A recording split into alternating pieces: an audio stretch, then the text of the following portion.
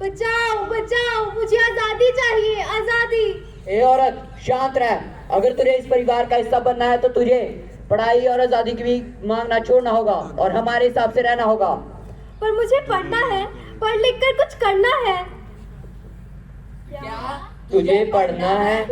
तू लड़की है और तुझे पढ़ने और लिखने का कोई हक नहीं है। मुझे अपने भावनाओं को व्यक्त करने की, बोलने की आजादी चाहिए। क्या तुझे बोलना है? धर्म तुझे बोलने की आजादी नहीं देता है। मुझे समान अधिकार चाहिए और अपने फैसले लेने का हक चाहिए। मुझे इस रूढ़िवादी समाज से भी मुक्ति चाहिए। क्या तुझे मुक्ति चाहिए? कैसी मुक्ति? ए औरत, अगर तुझे इस समाज का हिस्सा बनकर रहना है तो सिर ढककर और झुककर रहना होगा। पर मैं ही क्यों? मुझे पढ़ना है, पढ़ लिख कर कुछ करना है। ए औरत, ये समाज तुझे पढ़ने की अनुमति नहीं देता। अगर तुझे पढ़ना है तो पढ़, मगर सिर्फ 8वीं तक। ये कैसा है हमारा समाज, जो औरतों को ना पढ़ने देता है, ना बोलने देता है और ना ही सर उठाकर जीने देता है। क्यों? क्योंकि मैं एक औरत हूँ, मुझे जीने का कोई हक नहीं। मैं भी इंसान हूँ, मुझे भी इंसान का दर्जा चाहिए, मुझे न्याय चाहिए। पढ़ नहीं सकती, बोल नहीं सकती, काम नहीं कर सकती।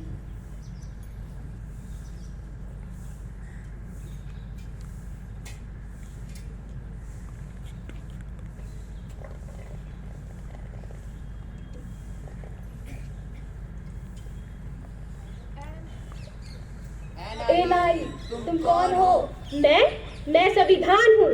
तुम यहाँ क्या कर रही हो?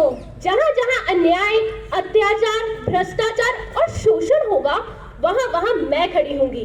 क्या तुम हम सब से ऊपर हो? हाँ, मैं परिवार, धर्म, समाज, संस्कृति, इन सब से ऊपर हूँ। ए नारी, उठ जा। कौन हो तुम? मैं संविधान हूँ और मैं तुम्हें इन बंधी हुई बेड़ियों से मुक्ति दिलाने आई हूँ। कैसे? इस किताब के जरिए। ये हमारे देश का संविधान है। हमारे देश का संविधान तुम्हें वो सारे अधिकार देता है जिससे इस समाज ने तुम्हें वंचित कर रखा है। भारत के नागरिक होने के नाते हमारे पास 6 मौलिक अधिकार हैं।